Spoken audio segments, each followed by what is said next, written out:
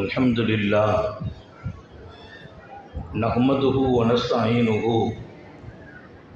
ونستغفره ونؤمن به ونتوكل عليه ونعوذ بالله من شرور أنفسنا ومن سيئات أعمالنا من يهده الله فلا مضل له ومن يضلل فلا هادي له ونشهد أن لا إله إلا الله وحده لا شريك له ونشهد أن سيدنا ونبينا ومولانا محمدا عبده ورسوله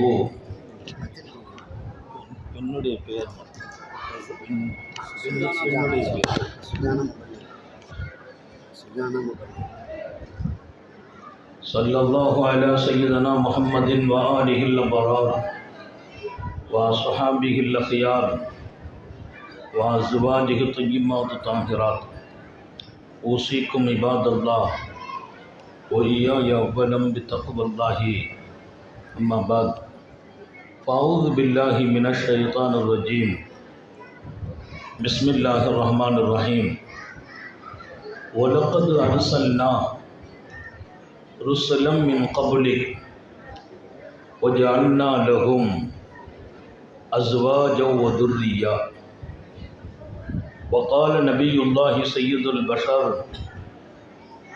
محمد رسول الله صلى الله عليه وسلم ألا واستوصوا بالنساء خيرا فإنما هن عوان عندكم صدق நபியுல்லாஹி ஸல்லல்லாஹு அலைஹி வஸல்லம். எல்லாம் வல்ல அல்லாஹுவின் அன்பும் மேலான கருணையும் நமக்கெல்லாம் வந்து சேரட்டுமாக. நமது உயிரினும் மேலான கண்மணி ஹாத்தமுன் நபியின் முஹம்மது ரசூலுல்லாஹி ஸல்லல்லாஹு அலைஹி வஸல்லம் அவர்களின் அன்பையும் ஷஃபாஅத்தையும் பெறுவதற்கு அல்லாஹ் நம் எல்லோருக்கும் தௌஃபீக் செய்வானாக. வல்ல ரஹ்மான் நமக்கும் நம்முடைய பெற்றோர், மனைவி, மக்கள், குடும்பத்தார் யாவருக்கும் உயிர் உள்ள வரையிலும் உடல் சுகத்தை நசீபாக்கி தருவானாக. மருத்துவமனை கஷ்டம், அதன் சிரமம் செலவுகளிலிருந்து நிரந்தரமான பாதுகாப்பை அல்லாஹ் நம் எல்லோருக்கும் கொடுத்தருள் புரிவானாக. வானம் பூமியினுடைய ஆபத்துகளை விட்டும், முசீபத்துகளை விட்டும், கெட்ட முடிவுகளை விட்டும் நம்மையும் நம் குடும்பத்தையும் பாதுகாத்து அருள் புரிவானாக. அவனுடைய படைப்புகளின் தீங்குகள் அனைத்திலிருந்தும் நம்மையும் நம் சமூகத்தையும் காத்தருள் புரிவானாக.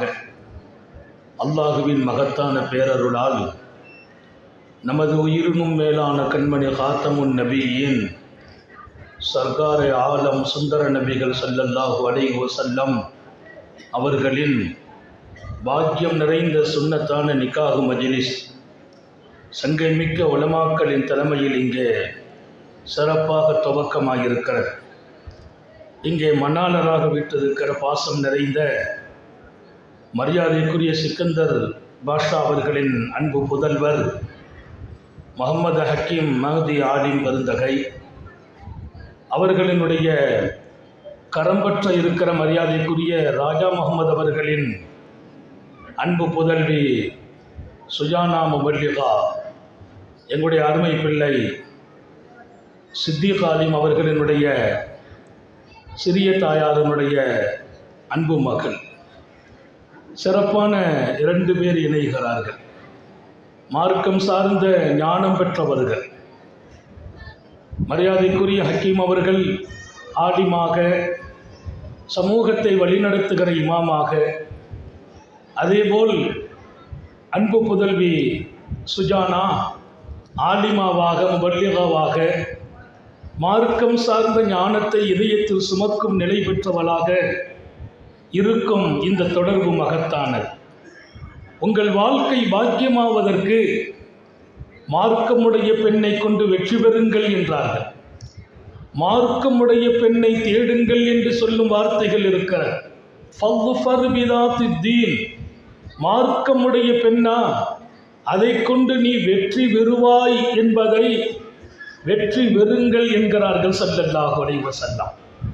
மார்க்கம் சார்ந்த பெண் என் வீட்டில் இருந்தால் வெற்றி தீர்மானிக்கப்பட்டு விட்டது என்பதுதான் ஃபதுஃபர் என்ற சொல் கொடுக்கிற பொருள். நீ வெற்றி பெறு என்று எம் பெருமான் சொன்னால் அங்கே வெற்றி நிச்சயம் என்று சாலிஹீன்கள் எழுதுவார்கள். வெற்றி பெறுங்கள் என்றால் வெற்றியை தேடி செல்லுங்கள் என்று பொருள் அல்ல.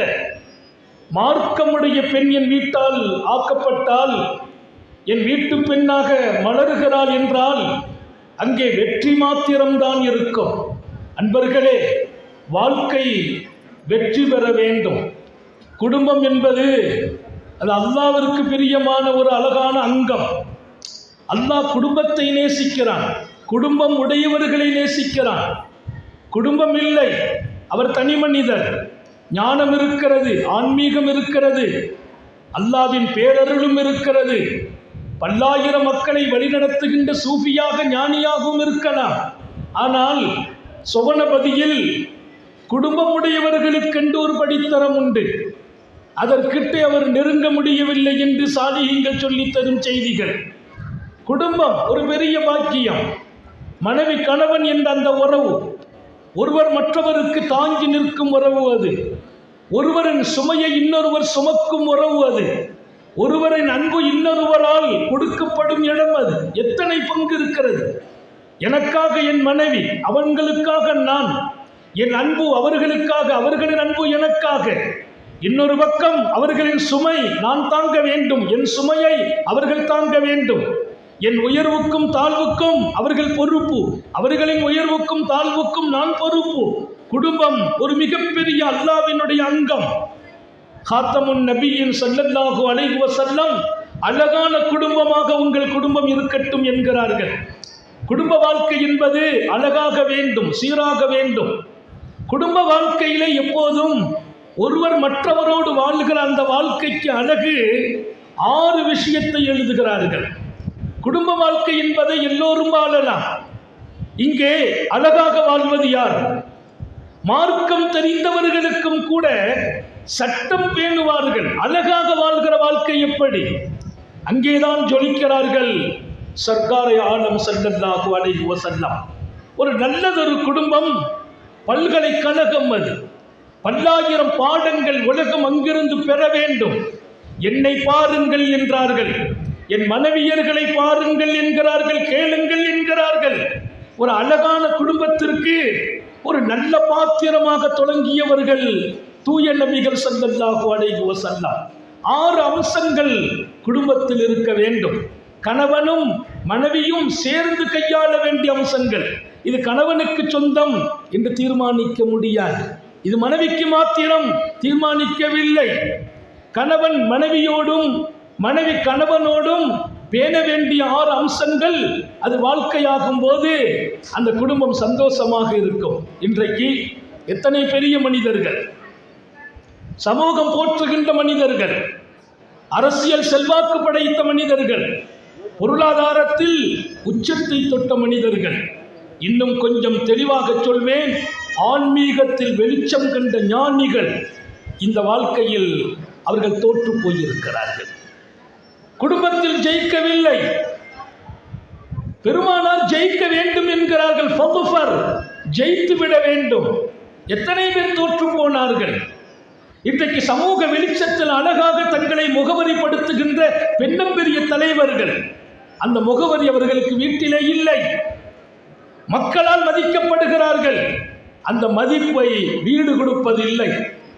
வெளியிலே மகிழ்ச்சியாக இருக்கிறார்கள், வீட்டில் அவர்களுக்கு மகிழ்ச்சி இல்லை. ஞாபகம் வையுங்கள், வெளியிலே மகிழ்ச்சி, நண்பர்களோடு சந்தோஷம், அந்த சந்தோஷத்தை மனைவியிடத்தில் அவர் பகிர முடியவில்லை, பிள்ளைகளோடு பகிர முடிவதில்லை. வெளியில் உலா வரும் போதெல்லாம் மகிழ்ச்சியாக உலா வருகிறார், வீடு போனால் சஞ்சலப்படுகிறார். அதுவா வாழ்க்கை? நான் வெளியிலே பெருகும் மகிழ்ச்சியை விட, சந்தோஷத்தை விட என் மனைவியால் மகிழ்ச்சி பெற வேண்டும், நான் பெற்றெடுத்த என் அருமை புதல்வர்களால் நான் சந்தோஷம் காண வேண்டும். அங்கேதான் சாந்த நபிகள் நின்று வாழ்ந்து கொண்டிருக்கிறார்கள். குடும்பம் என்பது அது ஒரு பல்கலைக்கழகம் என்றே பாடம் பெற வேண்டும். என் இன்பத்திற்கு அங்கே பாடம், என் துன்பத்திற்கு அங்கே பாடம், என் வலிமைக்கு அங்கே பாடம், என் தாழ்வுக்கு அங்கே பாடம், என் உயர்வுக்கு அங்கே பாடம். இல்லை, நான் நல்ல மனிதனா, என் குடும்பம் தான் பாடம். என் பெருமான் சொல்வார்கள், நீ நல்ல மனிதனா, ஊரு சொல்வது அல்ல, உலகம் சொல்வதல்ல, பத்திரிகைகள் சொல்வதல்ல, போஸ்டர்களில் உன் பெயர் அச்சிடப்படுவதல்ல, உன் மனைவி சொல்ல வேண்டும், உன் பிள்ளைகள் சொல்ல வேண்டும் நீ நல்ல மனிதன் என்று. உன் மனைவி சொல்ல வேண்டும் நீ நல்ல மனிதன். நாட்டால் நல்ல மனிதன் என்று போற்றப்படுகிறாய், மக்களால் போற்றப்படுகிறாய், நண்பர்களால் பாராட்டப்படுகிறாய். வீட்டில் அந்த பெயர் இல்லையா, நீ நல்ல மனிதன் இல்லை. வான கயிறுக்கும் லியாகலி, என் மனைவியர்களுக்கு நான் நல்ல கணவன். உலக அரங்கில் அந்த வார்த்தையை சொல்வதற்கு முழு யோக்கிய அம்சம் எங்கள் நபிகள் ஸல்லல்லாஹு அலைஹி வஸல்லம் இடத்தில் இருந்தது. நான் நல்ல மனிதன், என் மனைவியர்களுக்கு நல்ல கணவன். சொல்ல இயலவில்லை நம்மால். வெளியிலே கர்வம், வெளியிலே ரொம்ப மரியாதை, வீட்டில் போன அடக்குமுறை. அது வாழ்க்கை அல்ல. மனைவி அடக்கப்படும் பொருள் அல்ல. அதிகாரப்படுத்தும் இடத்தில் மனைவியாக்குவது நல்ல கணவனின் அடையாளம் அல்ல. வீட்டில் போனால் மனைவி அடக்குவது, அதிகாரப்படுத்துவது, நான் இருக்கும்போது நீ அமைதியா இருக்கணும்னு சொல்றது, மனைவியை பேசுறதுக்கு அனுமதி கொடுக்கிறது இல்லை, மனைவி பேச்சை கேட்பதில்லை. அவர் நல்ல மனிதர் அல்ல. மனைவியின் மகிழ்ச்சி முக்கியம். நேரம் கொடுங்கள் உங்கள் மனைவியோடு, கேளுங்கள் உங்கள் மனைவியர்களின் சொற்களை, அவர்கள் வார்த்தைக்கு மதிப்பளியுங்கள். உங்கள் வாழ்க்கையின் பார்ட்னர்ஷிப் உங்கள் மனைவி, சம பங்காளி. நான் பெற்றெடுத்த பிள்ளை, எனக்கு எத்தனை உரிமையோ என் மனைவிக்கும் அத்தனை உரிமை இருக்கிறது. வாழ்க்கையில் சம பங்காளி உங்கள் மனைவி. வாழ்க்கை பார்ட்னர்ஷிப் எப்படி வைக்க வேண்டும் மனைவியை? மனைவிக்கென்று அங்கீகாரம், மனைவிக்கென்று தன்னை மிகப்பெரிய மகிழ்ச்சி இன்றைக்கு காணாமல் போயிருக்கிறது. ஊரிலே மதிப்பு பெற்ற பல பேர் வீட்டில் மதிப்பு பெற முடியாமல் போயிருக்கிறார்கள். காரணம், நான் சொல்ல வேண்டிய இந்த 6 அம்சங்களும் காணாக்கி இருக்கிறோம். இங்கே எல்லாருடைய கவனத்தையும் ஏற்கிறேன். ஏதோ மணாளர் மஹ்தி ஆலிமுக்கு நான் செய்கிற அறிவுரை என்று நீங்கள் முடிவு செய்து விடாதீர்கள்.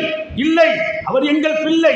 மதரசாக்களில் வார்த்தெடுத்தோம், ஒழுக்கம் தந்தோம், கல்வி கொடுத்தோம், ஞானம் கொடுத்தோம், யாரை எப்படி நடத்த வேண்டும் என்று பாடம் கொடுத்தோம். அதையும் தாண்டி இது தனி பாடம், குடும்ப வாழ்க்கை என்பது. எனவே அவரையும் கேட்க வைத்திருக்கிறோம். நோக்கம் அதுவல்ல. இங்கே இருக்கிற என்னையும் உங்களையும் போன்ற பழைய தம்பதியர்கள் நமது குடும்பங்களில் இருக்கிற சலசலப்புகளை நீக்க வேண்டும். காணாமல் போன மகிழ்ச்சியை மீட்டு எடுக்க வேண்டும். நாளைய எதிர்காலம் அழகாக ஆகுவதற்கு எங்கள் வீட்டில் வளருகிற பிள்ளைகள் மகிழ்ச்சியாக இருக்க வேண்டும். நம்ம 2 பேரும் சண்டை போட்டுட்டோம்னா வீட்டில் எப்படி மகிழ்ச்சி இருக்கும்? கணவனுக்கும் மனைவிக்கும் மத்தியில் அழகான வாழ்க்கை இல்லை. ஒருவர் மற்றவரோடு பேசுவது கூட இல்லை, முகம் கொடுப்பதில்லை. ஏதோ 1 வருஷம் சந்தோஷம், ஜாலி.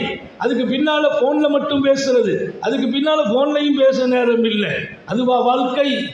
சக்கராத்தில் கூட தன் மனைவியின் மடியில் தலை வைத்த தாஹா நபிதான் அழகிய முன்மாதிரி. என் ரூஹு பிரிய வேண்டும். என் பெருமான் வானவர் கோமான் ஜுபரையில் கேட்கிறார், எப்படி? என் மனைவியின் நெஞ்சில் சாய்ந்திருக்க பிரிய வேண்டும். எங்கே வாழ்க்கை? எங்கே வாழ்க்கை? என் மனைவிதான் என் வாழ்க்கை, அவர்கள்தான் என் நிம்மதி. அவர்களை கொண்டே இந்த தீனை பாதுகாத்தேன். இன்றைக்கும் சொல்கிறேன், என் மனைவியின் நெஞ்சில் சாய்ந்து ரூஹு பிரிய வேண்டும். சுந்தர நபிகள் நபித்துவத்தை துவக்குவார்கள் கதீஜா நாயகியின் மடியில். அம்மா கதீஜா நபித்துவம் வந்தபோது ஆறுதல்படுத்துவார்கள், ஆசுவாசப்படுத்துவார்கள். அவர்கள் மடியில் அன்னலார் படுக்கிறார்கள்.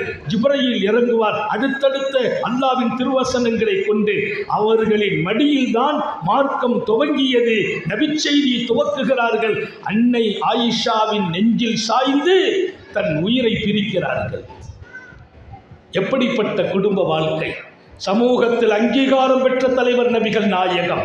உலக அரங்கில் இன்று வரையிலும் யாராலும் குற்றம் சாட்டப்பட முடியாத வாழ்க்கைக்கு சொந்தக்காரர் முஹம்மது ரசூலுல்லாஹ். ஒழுக்கத்தில் மகத்தான இடம், ஆன்மீகத்தில் அவர்கள் பெற்ற இடத்தை இன்னொருவர் எட்டி கூட பார்க்க முடியாத இடம். அதை தாண்டி குணசீலராக, உற்றார் உறவினர்களோடு ஆதரவுகரம் நீட்டியவர்களாக, ஆதரவற்ற பெண்களுக்கு அபயக்குரல் கொடுத்தவர்களுக்கு தங்களுடைய மிகச்சிறந்த இதயத்தால் தூக்கி சுமந்த இடத்தில் வாழ்ந்த எம்பெருமான் குடும்பத்தில் அழகான மனக்கணவராக.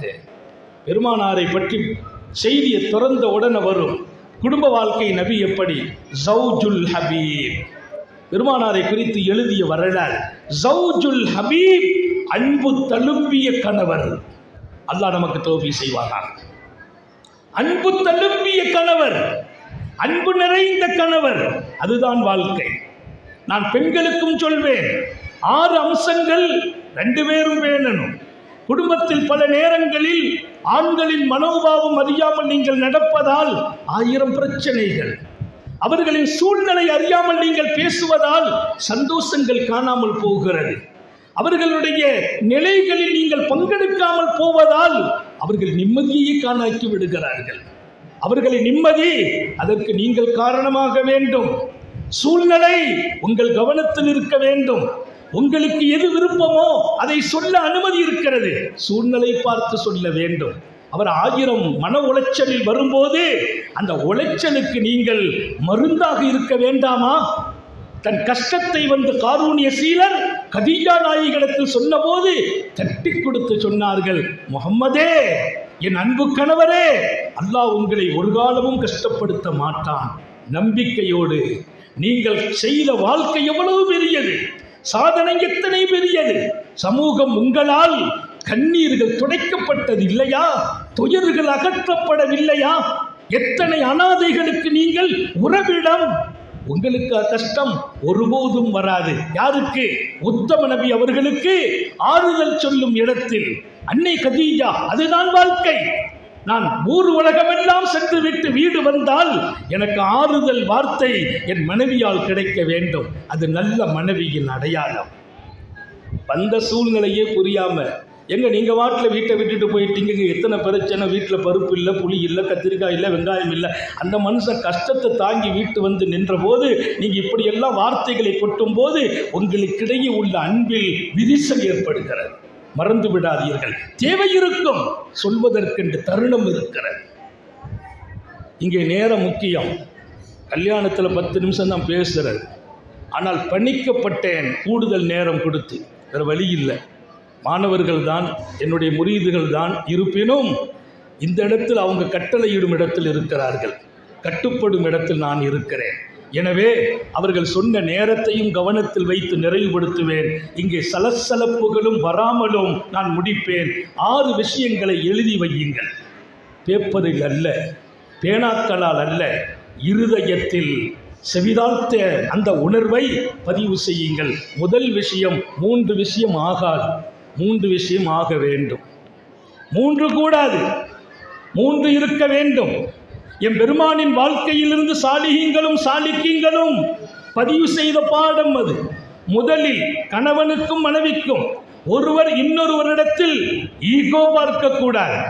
நான் யார், என் தகுதி என்ன, என் அந்தஸ்து என்ன, மனைவிட்ட போய் பேசுறதா? உங்களுக்கு சமூகத்தில் கிடைத்த கண்ணியத்தை இங்கே கேட்பதா?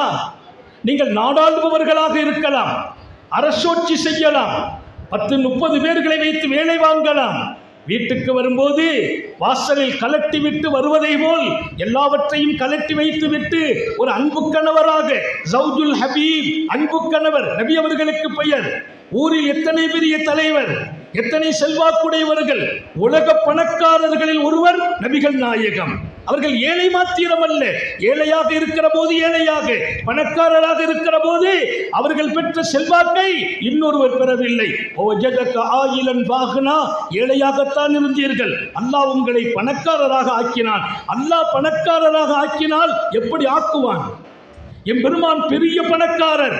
பணக்காரர் என்ற இடத்தை மனைவிமார்களில் காட்டவில்லை. மிகப்பெரிய தலைவர் ரசூல் ஸல்லல்லாஹு அலைஹி வஸல்லம், ஐயுக்கும் மிஸ்லி, என்னை போல் ஒருவர் உண்டா என்று கேட்கும் இடத்தில் நின்றார்கள். உலக அரங்கில் கேட்கிறார்கள், என்னை போல் யார்? எத்தனை ஆக்கம் என்னிடத்தில், எத்தனை நேர்மை என்னிடத்தில், எத்தனை ஒழுக்கம் என்னிடத்தில், எத்தனை மகத்துவம் என்னிடத்தில், எத்தனை உயர்ந்த வாழ்க்கை என்னிடத்தில் எல்லாம் கேட்கிறார்கள். வீட்டில் ஒரு நல்ல கணவனாக மனைவிட்ட போய் எனக்கு நிகர் உண்டா பேசினதே இல்லை. அதே போல பெண்களுக்கு சொல்கிறேன், நான் பெரிய குடும்பத்திலிருந்து வந்திருக்கிறேன். எங்கள் வாப்பா 100 பவுன் நகர் போட்டால் 1.5 கிலோ தங்கம் போட்டு அனுப்பியிருக்கிறார். எங்கள் குடும்பத்தை என்ன லேசாக மதிச்சிட்டீங்களா? பேசக்கூடாது கணவனிடத்தில். ஈகோ பார்க்கக்கூடாது கணவன், பார்க்கக்கூடாது மனைவி. அந்த குடும்பம் சீராகும் மாத்திரமல்ல, வெற்றி பெறும். வெற்றி பெற வேண்டுமா? கணவன் மனைவியிடத்தில், மனைவி கணவனிடத்தில், கணவன் மனைவியின் குடும்பத்தாரிடத்தில், மனைவியின் குடும்பத்தார்கள் கணவனின் குடும்பத்தார்களிடத்தில் ஈகோ பார்க்கக்கூடாது. உங்கள் மனைவியை மதிக்க வேண்டும், உங்கள் மனைவியின் குடும்பத்தையும் மதிக்க வேண்டும், உங்கள் கணவனை மதிக்க வேண்டும், கணவனின் குடும்பத்தையும் மதிக்க வேண்டும். அங்கே ஈகோவை எதிர்பார்க்கிறீர்களா? அந்த சந்தோஷத்தை நீங்கள் அடைய முடியாது. கணவன் மாத்திரமல்ல என் இலக்கு, கணவனின் குடும்பத்தையும் நான் மகிழ்ச்சியாக ஆக்க வேண்டும். மனைவி மாத்திரமல்ல நம்முடைய இலக்கு, மனைவியின் பெற்றோர்கள் மகிழ்ச்சியாக்கப்பட வேண்டும். இது ரொம்ப கவனம். எனவே முதல் விஷயம், 2 பேரும் ஈகோ பார்க்கக்கூடாது. அல்லாஹ் நம்ம எல்லாருக்கும் தௌஃபீக் செய்வானாக. உங்களுக்கு தான் துவா செய்கிறேன், ஒரு ஆமீனை சொல்லிருங்களேன். கிடைத்தால் பாக்கியம், கிடைத்தால் வெற்றி. நாங்கள் கேட்கிற துவா உங்கள் ஆமீனால் ரப்பு ஏற்க காத்திருக்கிறான். இங்கே நான் பேசுவதில்லை, என் ரப்பு பேச வைக்கிறான். நீங்கள் கேட்பதில்லை, அங்கேயும் ரப்பு இருக்கிறான். ரப்பை தவிர்த்து இங்கு வேறு ஒன்றையும் நாங்கள் பார்ப்பதில்லை, அவனை தவிர்த்து ஒன்றையும் பார்ப்பதில்லை. அவன் இருந்து நம்மை வழி நடத்துகிறான். ஞாபகம் வையுங்கள், அவனை மறப்பதை விட ஆபத்தானது வேறொன்றும் இல்லை. அவன் இருக்கிறான் எல்லா இடத்திலும். ஏதோ பேசிவிட்டோம் கேட்டுவிட்டோம் என்று விடை பெற முடியாது. பேசியதை வாழ்க்கையாக்குவதற்கு என் ரப்பு தேவை. என்னை அனுப்பியவன் அவன், பேச வைத்தவன் அவன். நீங்கள் வாழ வேண்டும், உறுதி கொள்ளுங்கள். வாழச் செய்வதற்கும் அவன் தயார், ரப்பு தயார். நம்பர் 1, நீங்களும் ஈகோ பார்க்கக்கூடாது, நீங்களும் பார்க்கக்கூடாது. ஒரு நல்ல கணவன் சாதாரண கணவனாக, ஒரு நல்ல மனைவி சராசரி பெண்ணாக கணவனுக்கு முன்னால் உங்களை மாற்றணும். குடும்பம், அதன் அந்தஸ்து, செல்வாக்கு, மதிப்பு, பட்டம், இன்னொரு பக்கம் சமூக அந்தஸ்து, இதையெல்லாம் வாசல்ல வச்சுட்டு தான் வீட்டுக்கு வரணும். அல்லாஹ் நம்ம எல்லாருக்கும் தௌஃபீக் செய்வானாக. 2வது, கோபப்படக்கூடாது.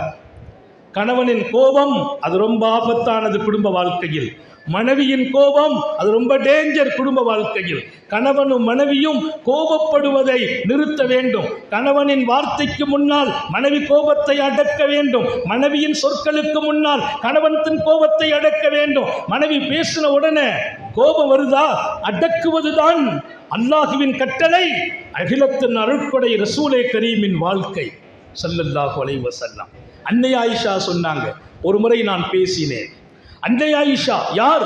உங்களுக்கும் எனக்கும் உலகத்தின் மூமின்களுக்கும் தாய், அறிவுலகத்தின் களஞ்சியம்.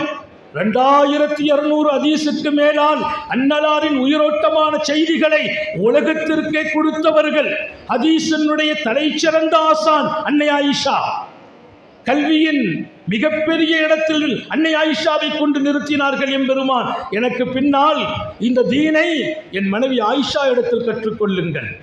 மனைவி எங்க கொண்டு நிறுத்துறாங்க? இந்த மார்க்கமே என் ஆயிஷா இடத்தில் இருக்கிறது.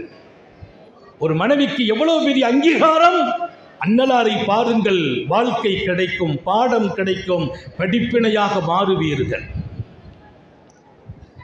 எம்பெருமான் சொன்ன செய்தி ஆயிஷா நாயகி சொன்னாங்க, எனக்கு கொஞ்சம் வார்த்தை கூடிட்டு பேசிட்டேன். நபியை முன்னால் வச்சு கோபம் வெளியாச்சு. கொஞ்சம் கனத்த கோபத்தோடு, காட்டமான முகத்தோடு, கருணை சீலரோடு நான் நடந்து கொண்டேன். நடந்ததல்ல முக்கியம், அந்த நேரத்தில் நான் நபியின் முகத்தை தான் பார்த்தேன். கோபப்பட்டேன், பேசினேன், தடித்த சொற்கள் தான் அது. நபியின் முகத்தை பார்க்கிறேன். என்ன ஆச்சரியம்! ராயித்துகு முத்தபஸ்ஸிமா, என் பெருமானாரை பார்த்தேன், புன்னகையோடு இருந்தார்கள். புன்னகையோடு. நான் கோபப்படுகிறேன், கொஞ்சம் கடினமாகவும் நான் நடந்து கொள்கிறேன் என் கோபத்தால். காரூனிய சீலரின் முகம் கோபமாகவில்லை, செவந்து போகவில்லை, கனத்து போகவில்லை, மாறி போகவில்லை. அது சிரித்த முகமாக இருந்தது. ரஐத்துஹு முத்தபஸ்ஸிமா, புன்னகை பூமா நபியின் முகத்திற்கு இன்னும் அழகு சேர்த்து கொண்டிருந்தது. எப்பவுமே புன்னகை பூக்கும் குணம் பூமா நபிக்கு இருந்தது. எப்போதும் புன்னகை. மனைவி கோபப்படும் போதும் புன்னகை. அல்லாஹ் நம்ம எல்லாருக்கும் தௌஃபீக் செய்வானா. வாழுங்கள் என்கிறேன். அதே போல கணவன் கோபப்பட்டால் மனைவி புன்னகை பூக்க வேண்டும், அமைதியாக வேண்டும். குறைந்தபட்சம் நாங்கள் கல்யாணம் முடித்த போது நான் மனைவிட்ட பேசுகிற முதல் செய்தி அதுதான். நம்ம அலிம்சா தான், மார்க்கமெல்லாம் படிச்சிருக்கோம். மனுஷன்தான், கோபம் வரலாம். கொஞ்சம் கோபப்பட்டு விட்டால் நீங்கள் பதில் பேசாதீர்கள், அமைதியாகி விடுங்கள். நீங்கள் கோபப்படும் போது நான் அமைதியாக இருந்து விடுவேன். நான் பேசுகிற முதல் செய்தி இன்றைக்கும் ஞாபகம் இருக்கிறது. வாழ்க்கை அப்படியே இன்றும் தொடருகிறது. மனைவி கோபப்படும் போது கணவன் அமைதியாக வேண்டும். கணவன் கோபப்படும் போது மனைவி அமைதியாக வேண்டும். எதற்கெதிர் நேரடியாக ரெண்டு பேரும் கோபப்பட்டால் வாழ்க்கை கேள்விக்குறியாகிவிடும். ஆபத்தில் போய் முடியும்.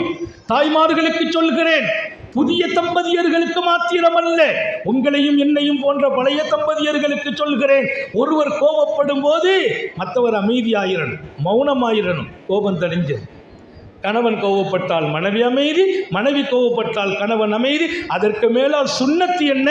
கோபத்தில் கூட நீங்க புன்னகையை காட்டினால் மனைவி எத்தனை சந்தோஷமாகுவாள். அதை தாண்டி அடிமையாகவே மாறிவிடுவாள். கொஞ்சம் ரசிக்கிற வாழ்க்கை அது. அப்ப இரண்டாவது விஷயம் ஆகாது. கோபம் கணவனுக்கும் மனைவிக்கும். ஒருவர் மீது ஒருவர் கோபத்தை அடக்கி ஆளுகிற நிலை. கோபம் வர்ற மாதிரி பேச்சு வந்துடும். ஏதாவது சில நேரத்தில் மனைவி பேசிடுவாங்க, சில நேரத்தில் கணவனும் ஏதாவது பேசிடுவார். அப்புறம் யோசிப்பார், அது தப்புண்டு. அந்த பேசும்போது நீங்கள் கோபத்துக்கு பதில் கோபம் பட்டுட்டீங்கன்னா விவகாரம் பெருசாக போகும். கோபத்தை அடக்கிட்டீங்களா அவருடைய அன்பு கூடும். அவங்க அடக்குனாங்களா பெண்களின் அன்பு அவங்க மேலே கூடும். மூணாவது, குறை சொல்லாதீர்கள். கணவன் மனைவியை குறை சொல்லக்கூடாது, மனைவியின் குடும்பத்தை குறை சொல்லக்கூடாது. மனைவி கணவனை குறை சொல்லக்கூடாது, கணவனின் குடும்பத்தை குறை சொல்லக்கூடாது. நீங்க நல்ல மனுஷன்னா, உங்க உம்மா மாதிரி துன்யாவிலேயே ஒரு பொண்ணு இல்லை. அவரு நல்ல மனுஷனா இருக்க மாட்டார், அவர் மாறிடுவார், அவரும் சேர்ந்து மாறிடுவார். அதே மாதிரி இவர், உன்ன மாதிரி ஒரு பெண்ணை நான் பார்க்கல, ஆனால் உங்க உம்மா நடக்குமா? அன்பு தொடருமா? கணவன் குறை சொல்லக்கூடாது மனைவியை, மனைவியின் குடும்பத்தை. மனைவி குறை சொல்லக்கூடாது கணவனை, கணவனின் குடும்பத்தை. ஒரு கால் மனைவி சொன்னால் கணவன் அதை சகித்துக் கொள்ள வேண்டும், கணவன் சொன்னால் மனைவி சகித்துக் கொள்ள வேண்டும். அதை விஸ்வரூபமாக ஆக்கக்கூடாது. அம்மாவை பற்றி ஏதாவது சொல்லிட்டாங்க மனைவி, உடனே நேராக அம்மாட்ட போய் அஸ்ஸலாமு அலைக்கும் உட்காரு, விஷயம் தெரியுமா, என் மனைவி உன்னை பற்றி இப்படியெல்லாம் பேசுனாங்க, முசீபத்து அன்னைக்கே துவங்கிடும், பிரச்சனை துவங்கும். அதை மறைக்க வேண்டும் தாயிடத்தில். அதே போல பெண்கள், கணவன் ஏதேனும் பேசினாரா வீட்டிலேயும் மறைத்து விடுங்கள், வெளி உலகத்திற்கு கொண்டு சொல்லாதீர்கள். குறை என்பது கணவனிடத்தில் வெளிப்பட்டால் மனைவி மறைக்க வேண்டும், மனைவியிடத்தில் வெளிப்பட்டால் கணவன் மறைக்க வேண்டும். குறை சொல்லாதீர்கள் கணவனை, கணவனின் குடும்பத்தை. குறை சொல்லாதீர்கள் மனைவியை, மனைவியின் குடும்பத்தை. அதிலே மனைவி செய்து காட்டுகிற, போட்டு காட்டுகிற, உடுத்து காட்டுகிற ஆடையை கூட குறை சொல்லக்கூடாது. அழகா இருக்க இந்த ஆடை சரியில்லையே. மனைவியை எல்லா இடத்திலும் ரசிப்பது கணவனின் மிகப்பெரிய பாக்கியம். கணவனை எல்லா இடத்திலும் பாராட்டுவது மனைவியின் மிகப்பெரிய பொருள். அது வணங்கிக் கொள்ளுங்கள், புரிந்து கொள்ளுங்கள். மிகச்சிறந்த வாழ்க்கை இங்கே இருக்கிறது. மனைவியின் உணவை குறை சொல்லாதீர்கள். கணவனுக்கு சொல்கிறோம், மனைவி செய்த உணவை எங்க உம்மா சமைச்சு கொடுத்த மாதிரி ஒரு காலம் உன் கையால் நான் சாப்பிடலைன்னு சொன்ன அந்த அம்மா பாவம், சமைச்சு கொடுக்கிறது சில விஷயத்தை சொல்லவும் பயமா இருக்கு. மனைவிக்கு கடமை இல்லை, சமைச்சு தருகிறார்கள். ஏன் குறை? மஆபன் நபி ஸல்லல்லாஹு அலைஹி வஸல்லம் தஆமன் கத், வல்லல் நபிகள் எந்த உணவையும் குறை சொல்லவில்லை. இன்னும் 4 நிமிஷத்தில் முடிப்பேன் இன்ஷா அல்லாஹ். சொன்ன டைம் நிறைவாகிறது. மஆபன் நபி ஸல்லல்லாஹு அலைஹி வஸல்லம் தஆமன் கத், அன்னலார் உண்ணும் எந்த உணவையும் குறை சொல்லவில்லை. ஏன் அந்த உணவுல என்னைக்காவது உப்பு கூடி இருக்காதா, குறைந்து இருக்காதா? இனிப்பு கூடி குறைந்து இருக்குமா? இல்லையா? அந்த விரும்பத்தகாத உணவாக இருக்குமா இல்லையா? குறை சொல்றது இல்லை, அதை உள்வாங்கிறது, ஒன்று சாப்பிட்றது அல்லது வச்சிடுறது. மனைவியை குறை சொல்லக்கூடாது, மனைவியால் செய்து தரப்படுகிற எந்த ஒன்றையும். கணவனை குறை சொல்லக்கூடாது, கணவனால் வாங்கி தரப்படுகிற எந்த பொருளையும். உங்களுக்கே பிடிக்கவில்லை, அழகா இருக்குங்கன்னு சொல்ல நீங்க எப்படி நினைப்பீங்களோ. எங்க வீட்டம்மாட்ட உள்ள பழக்கம், இன்னைக்கு நான் எதை கொண்டு கொடுத்தா சாயந்தரம் போகும்போது ஒரு சின்ன பொருளை கொடுப்பேன், ரொம்ப நல்லா இருக்கும்பாங்க. நான் கூட சாப்பிட்டு பார்ப்பேன், அது அவ்வளோ சுமாராக தான் இருக்கும், ரொம்ப அழகாக இருக்குது. அவங்க சொல்லுவாங்க, நீங்கள் எதை வாங்கி வந்தாலும் எனக்கு திருப்தியாக இருக்கணும்னு தான் வாங்கி வருவீங்க, அழகாக இருக்குது, அதுதான் வாழ்க்கை. மனைவி சொல்ல வேண்டும், என் திருப்தி தான் உங்கள் நோக்கம்.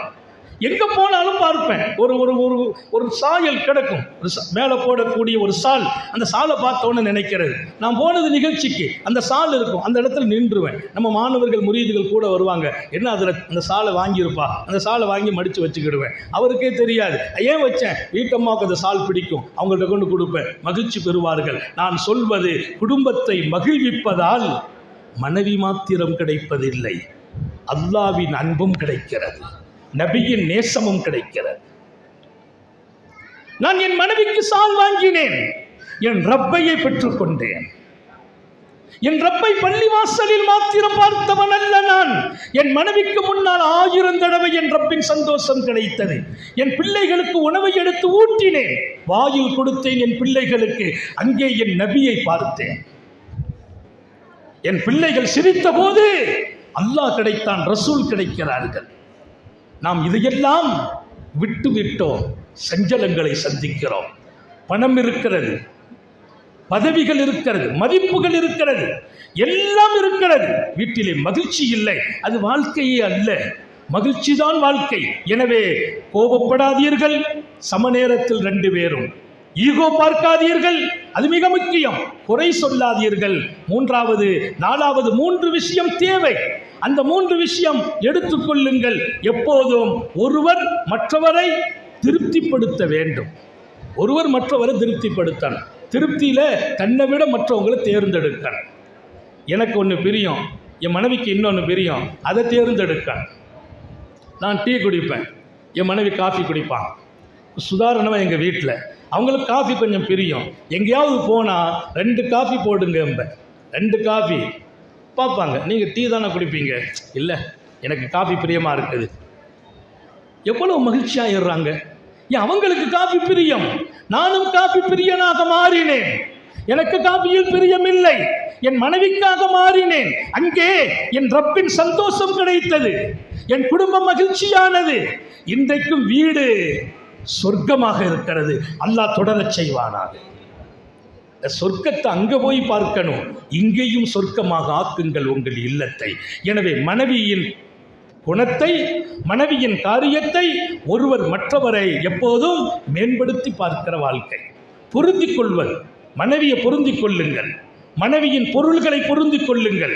உங்களை விட மனைவியை தேர்ந்தெடுங்கள். நீங்கள் கணவனை பொருந்திக் கொள்ளுங்கள், உங்களை காட்டிலும் கணவனை தேர்ந்தெடுங்கள். அவர் வெளியில போகணுங்கிறார், உங்களுக்கு அன்னைக்கு அலுப்பா இருக்குது, பரவாயில்லைங்க வர்றேன்னு சொல்லணும். ஏன், என் அலுப்பை தாண்டி என் கணவனின் திருப்தி பெற வேண்டும். அவரை தேர்ந்தெடுத்தால் அந்த திருப்தி கிடைக்கும். கணவனின் திருப்தி மிக முக்கியம். 2வது, ஒருவர் மற்றவரை அதிகமாக பாராட்டுங்கள் என்றார்கள் நபிகள் நாயகம்.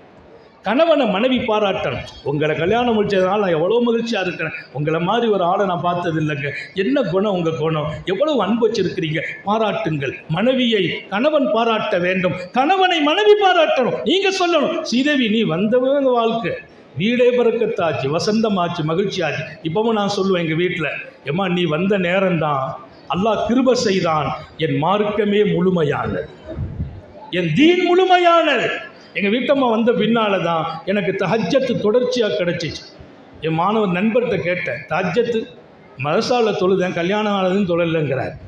கல்யாணம் ஆனதுலேருந்து தொழலைன்னு நான் சொன்னேன், கல்யாணம் ஆன அன்னைக்கு தான் தஹஜ்ஜத்தை நான் எடுத்தேன். ஏன், மனைவி தஹஜ்ஜத்தில் ஞாபகப்படுத்தும் மனைவி கிடைக்க வேண்டும். அல்லாஹ் எல்லாருக்கும் தௌஃபீக் செய்வானாக. இங்கே நான் சொல்வேன், ஒருவர் மற்றவரை தேர்ந்தெடுக்கிற முதல் வாழ்க்கை, அவரை திருப்திப்படுத்துகிற வாழ்க்கை. 2வது மிக முக்கியமான அம்சம் இது. எந்த காலத்திலும் மனைவியை பாராட்டுகிற பழக்கம். வல்லல் நபி ஸல்லல்லாஹு அலைஹி வஸல்லம், என் மனைவியர்களை போல் யாரும் இல்லை ஸல்லல்லாஹு அலைஹி வஸல்லம். திடீர்னு ஒரு நாள் என் பெருமான் ஆட்டை அறுத்தாங்க. அறுத்து இதை கொண்டு போமா, அந்த பெண்ணுக்கு கொடு, இதை இந்த பெண்ணுக்கு கொடு, இதை ஏர் உள்ள வீட்டுக்கு கொடு. ஆயிஷா நாயகி கேட்டாங்க, யார் ரசூலல்லாஹ், திடீர் ஏன் ஆடு, ஏன் அறுத்தீர்கள், யாருக்கு, அவர்கள் யார், இந்த ஆட்டு நோக்கம்? ஒன்றுமில்லை, என் மனைவி கதீஜா ஞாபகம் வந்தார்கள். யாரை? மௌத்தா போன மனைவியை. மௌத்தா போன மனைவியை ஞாபகம் வந்தார்கள். அந்த மனைவிக்காக இந்த ஆட்டை கொடுக்கிறேன். அந்த தோழி, அது என் கதீஜாவின் தோழியர்கள், அவர்களை சந்தோஷப்படுத்துகிறேன். அவர்களின் சந்தோஷத்தால் மன்னரையிலும் என் மனைவி சந்தோஷம் அடைவாள். இன்னொரு பக்கம் என் மனைவி கதீஜாவை போல் இந்த உலகத்தில் யாரும் இல்லை என்றார்கள் ஸல்லல்லாஹு அலைஹி வஸல்லம். மனைவியை பாராட்டுகிறார்கள். எப்போது? மரணத்துக்கு பின்னாலும் பாராட்டுகிறார்கள். அல்லாஹ் உங்களுக்கும் எனக்கும் தௌஃபீக் செய்வானாக. மூன்றாவது விஷயம், ஒருவர் மற்றவரை அல்லாஹ்வின் அன்பை கொண்டும் மார்க்கத்தை கொண்டும் இறை நெருக்கத்தை கொண்டும் தொடர்பை கொண்டும் எப்போதும் தோள் கொடுத்து துணை நிற்க வேண்டும். மர்அத்தன் சாலிஹத்தன் முஈனத்தன் அலா அம்ரி தீனி, என் மார்க்கத்திற்கும் உன் அன்புக்கும் துணை நிற்கிற மனைவி வேண்டும் என்று கேட்டார்கள் ஸல்லல்லாஹு அலைஹி வஸல்லம். ஒரு பெண் மார்க்கம் சார்ந்து நிற்க வேண்டும், இபாதத் இருக்க வேண்டும், தொழுகை இருக்க வேண்டும், இரவு கண்ணீர் இருக்க வேண்டும், அல்லாஹ்ட்ட கையேந்து வாழ்க்கை இருக்கணும். அது உங்கள் கணவனிடத்தில் இல்லையா, அவர்களை அதை கொண்டு ஊக்கப்படுத்த வேண்டும். கணவன் மார்க்கம் சார்ந்து இருக்க வேண்டும், இறைவனிடத்தில் கேட்டு பெற வேண்டும். அந்த வாழ்க்கை கணவனிடத்தில் இல்லையா, மனைவி அவருக்கு ஊக்கம் கொடுக்க வேண்டும். மார்க்க விஷயத்தில் ஒருவர் மற்றவருக்கு தோள் கொடுக்க வேண்டும். இதுதான் அழகான வாழ்க்கை. கணவன் தொழுகை நேரம் வந்துச்சு, பள்ளிக்கு போகல, நீங்க பள்ளிவாசலுக்கு போங்க, வாங்க சொல்லிட்டாங்க. நம்ம பள்ளிக்கு போறோம், வீட்டம்மா தூங்குது, சிதவி வாங்க சொல்லிட்டாங்க, எழுந்திரி. என் பெருமான் சொன்னார்கள், நல்ல பெண்மணி யாரு தெரியுமா? கணவன் தூங்கும் போது தான் எழுந்திரித்து ஒது செய்து கணவனை எழுப்பி அவர் எழுந்திருக்க மறுத்தார். லேச மேல தண்ணி தெளிக்கிறாளே, அவள் நல்ல பெண்மணி. நல்ல கணவன் யார்? மனைவி தூங்குவாள், அவள் எழுந்திரித்தார், ஒது செய்தார், அவர் தொழ போகிறார், மனைவி எழுப்பினார், எழுந்திருக்கல்ல, தண்ணியை தெளித்தாளே, அவள் நல்ல நல்ல கணவர் என்றார்கள் ஸல்லல்லாஹு அலைஹி வஸல்லம். அவள் குடும்ப வாழ்க்கையில் தீனும் அல்லாஹ்வின் அன்பும் ரசூலின் தொடர்பும் எங்களுடைய வீட்டில் வெளிச்சமாக வேண்டும். எல்லாம் அல்ல அல்லாஹ் அருள் நிறைந்த இந்த வாழ்க்கையை மணமக்களை தொடர்ந்து எல்லோருக்கும் நசீபாக்குவானாக. குடும்பத்தை மகிழ்ச்சிப்படுத்துவானாக, மேம்படுத்துவானாக. நம்முடைய குடும்பங்களில் எங்கெல்லாம் பிரச்சனை இருக்கிறதோ இன்றே சீராக்கி வைப்பானாக. ஒருவர் மற்றவரை புரிந்து வாழச் செய்வானாக, விட்டு கொடுத்து வாழச் செய்வானாக, ஒருவர் மற்றவரை தேர்ந்தெடுத்து வாழச் செய்வானாக. குடும்ப வாழ்க்கையில் மகுடமாக முன்னோடியாக முத்தம நபி ஸல்லல்லாஹு அலைஹி வஸல்லம் அவர்களை ஆக்குவதற்கும் பின்பற்றுவதற்கும் அல்லாஹ் தௌஃபீக் செய்வானாக. சோதனைகளிலிருந்து பாதுகாப்பானாக, கெட்ட முடிவுகளிலிருந்து பாதுகாப்பானாக. விடும் மூச்சும் எழும் பேச்சும் அவன் சிந்தனையாக்குவானாக. ஓடும் இரத்தம் அவன் அன்பு கலந்து ஓட வைப்பானாக. உறக்கமும் அவன் நினைவு மறக்காமல் பாதுகாப்பானாக. நாம் பெற்ற பிள்ளைகளை கண்குளிர்ச்சியாக்குவானாக. நமது பிள்ளைகளின் இல்மிலும் ஈமானிலும் அமலிலும் ரிசுக்கிலும் அல்லாஹ் பரக்கத் செய்வானாக. எல்லாம் அல்லாஹ் நீண்ட ஆயுளை, நோயில்லா வாழ்வை, குன்றா சுகத்தை, நிரப்பமான ஈமானை நமக்கும் நமது குடும்பத்திற்கும் நசீபாக்குவானாக. நீண்ட நெடிய நாட்கள் நோய் நொடிகள் இல்லாமல் உடல் ஆரோக்கியத்தோடு மனநிறைவோடு இன்பத்தோடு அல்லாஹுவை நின்று வணங்கி வழிபட்டு வாழும் நசீபையும் பாக்கியத்தையும் எல்லாம் அல்லாஹ் உங்களுக்கும் எனக்கும் நம்மை ஈன்றெடுத்த தாய் தந்தையர்களுக்கும் நமது மனைவி மக்கள் உற்றார் உறவினர் யாவருக்கும் கொடுத்தருள் புரிவானாக.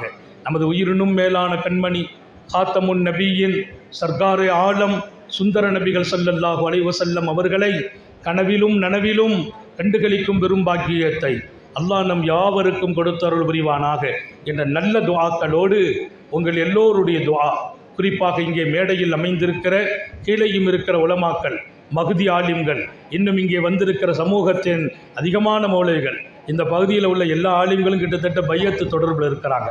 காலையிலேயே சித்திக் பைசியும் அப்துல்லா ஹஸரத்து வந்து கொஞ்சம் நேரங்களை மக்கள் விரும்புகிறாங்கன்னாங்க. அந்த முரீதுகளுடைய சொல்லுக்கு கட்டுப்பட்டு தான் நேரமும் அதிகம். இங்கே என்னுடைய அன்பு பிள்ளைகள் நிறைய இருக்கிறாங்க, பையத்தானவங்க. இதே தொடர்பில் அல்லாஹ்வின் நினைவிலே நூற்றுக்கணக்கான பெண்களும் ஆண்களும் இந்த பகுதியில் மார்க்கத்தோடு மாத்திரமல்ல ஆன்மீகத்தோடும் நெருக்கம் பெற்றிருக்கிறார்கள். அல்லாஹ் அவர்களின் இதய வெளிச்சத்தை இன்னும் அதிகமாக்குவானாக என்ற நல்ல துஆக்களோடு சிறப்பான இந்த மணமக்கள் ஆண் பெண் குழந்தைகளை பெற்றெடுத்து வாழச் செய்வானாக. தீனுக்கும் ஷரியத்திற்கும் வல்லல் நபியின் பாரக்கான சுன்னத்திற்கும் வாழ்க்கையை எல்லா இடத்திலும் இழுத்துச் செல்கிற பெண்களை ஆண்களை இவர்களுக்கு அல்லாஹ் மக்கள் செல்வங்களாக வழங்குவானாக. குழந்தையில்லாத நமது பிள்ளைகளுக்கும் குழந்தை பாக்கியங்களை வழங்குவானாக என்ற துஆவோடு உங்களின் துஆவை, குறிப்பாக உலமாக்கள் முரீதுகளின் துஆவை ஆதரவு வைத்து என் வார்த்தைகளை வாழ்த்துக்களை நிறைவுபடுத்துகிறேன். வாஹிரு தஅவானா அல்ஹம்துலில்லாஹி ரப்பில் ஆலமீன். அஸ்ஸலாமு அலைக்கும் வரஹ்மத்துல்லாஹி வபரகாத்துஹு.